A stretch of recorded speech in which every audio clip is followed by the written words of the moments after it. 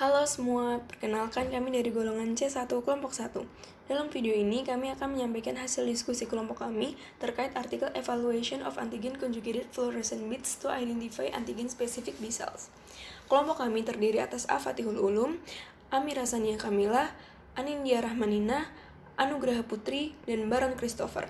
Dalam video ini terdapat 5 topik, yaitu pendahuluan, metode, hasil pembahasan, dan kesimpulan.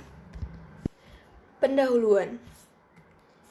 Pemantauan kekebalan tubuh dapat dilihat dari sel B yang dapat mengenali antigen spesifik. Di samping identifikasi, cloning, dan produksi antibodi monoklonal serumpun, juga dapat membantu mengevaluasi reaktivitas dan respon imunologis terhadap antigen. Metode yang telah ada untuk identifikasi sel B spesifik antigen dan menghasilkan antibodi yaitu kultur sel B secara ex vivo yang dapat mempromosikan kelangsungan hidup serta perluasan subset sel B tertentu. Dalam penelitian artikel ini, dijelaskan metode bead-based untuk mengidentifikasi sel B. Alur kerja dirancang berkebalikan dengan metode yang telah ada, yaitu menghindari ekspansi sel B secara ex vivo dan pemilihan klon sekunder serta untuk memfasilitasi generasi antibodi dan evaluasi downstream. Antigen target yang diekspresikan menggunakan protein folat reseptor alfa atau FR-alfa yang diisolasi dari sel manusia. Sel penguji antibodi menggunakan sel B tikus yang mengekspresikan bentuk terlarut dan terikat pada membran antibodi manusia atau tikus yang spesifik untuk FR-alfa. Sel B dapat teraktivasi oleh antigen, kemudian terdiferensiasi menjadi sel plasma yang memproduksi molekul antibodi seperti IgG. Sel limfosit B dibentuk di sumsum tulang belakang dan mengalami aktivasi dan maturasi di organ limfoid sekunder.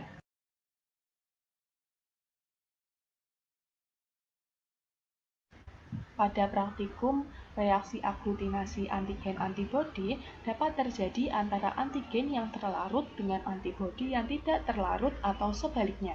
Kadar dari antigen dan antibodi berperan dalam pembentukan aglutinasi.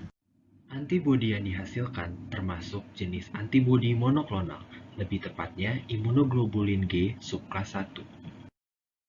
Cara mengukur reaksi antigen-antibodi menggunakan metode flow cytometry.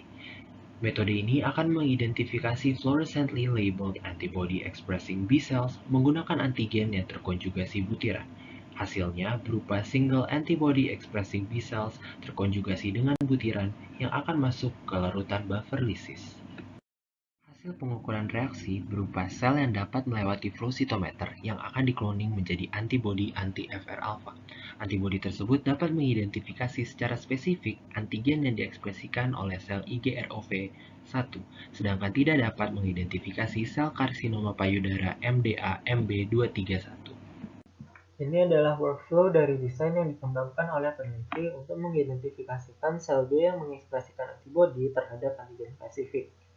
Sesuai dengan tahap pengembangan yang dilakukan oleh peneliti, dipilih FR-alfa atau folate reseptor alfa sebagai model antigen.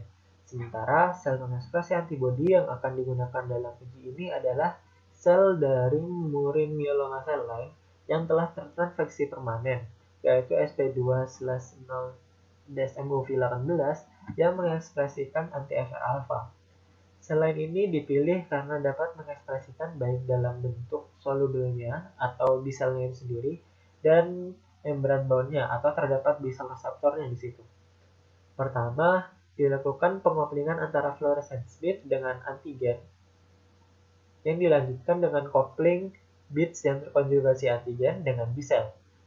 Kemudian dilakukan pemurnian dengan FACS atau Fluorescent Activated Cell Sorting yang akan memisahkan single cell tiap waktunya berdasarkan karakter fluoresensinya, sehingga sel yang berikatan dengan fluorescence bead akan terpilah sendiri, yang mana pada penelitian ini akan ditampung pada kontainer PCR. Kemudian, PCR akan melakukan tugasnya, yaitu dengan melakukan transkripsi terbalik, amplifikasi, pengurutan, dan pengloningan dengan menggunakan plasmid P-Vitro1 yang mengandung sekuens IgG1. Kemudian antibody cloning diekspresikan pada human cell, dimurnikan, dan dilanjutkan untuk tes antigen banding. Antibodi monoklonal spesifik menunjukkan background yang mengikat FR-alfa atau HER2 yang tidak terikat juga terdeteksi. Tidak ada perbedaan signifikan dari agen pengopling antara ikatan antibodi IgG dengan butiran yang terkonjugasi FR-alfa. Sebagian kecil mikrosfer FR-alfa plus dapat dikenali sel B yang mengekspresikan antibodi. Ukuran heavy dan light chain sesuai harapan. Antibodi anti-FR-alfa hasil cloning tidak mengenali sel kanker payudara. Sel SP IgG mengekspresikan MOV IgG pada permukaan sel dapat dikenali oleh FR-alfa rekombinan. Diameter butiran lebih kecil, terjadi peningkatan persentase sel B. PEG12 biotin menunjukkan persentase penempelan mikrosfer sel SP lebih tinggi dari butiran yang menempel pada FR-alfa. PMBC manusia dan sel CD19+ bisa mengikat butiran berlapis FR-alfa. FR-alfa menunjukkan spesifik 54,3%, pengenalan B, SA-BLU 53,4, dan lumavitine 8,7. PMBC manusia ditambahkan SP dengan frekuensi yang berbeda dan terdeteksi double positif. Persentase positif mengekspresikan antibodi lebih rendah ketika frekuensi sel B berkurang. Persentase kejadian positif menurun ketika sel FR-alfa plus lebih rendah dari PPMC. Bagaimana kesimpulannya terkait reaksi tersebut? Kesimpulannya adalah sel B reaktif terhadap suatu antigen dapat dideteksi atau dikenali dengan fluorescence bead dan dapat disorting atau dipilah dengan flow cytometer untuk ekspresi antibodi monoklonal. Demikian yang bisa kami sampaikan. Mohon maaf apabila terdapat kekurangan. Terima kasih atas segala perhatiannya. Sampai jumpa.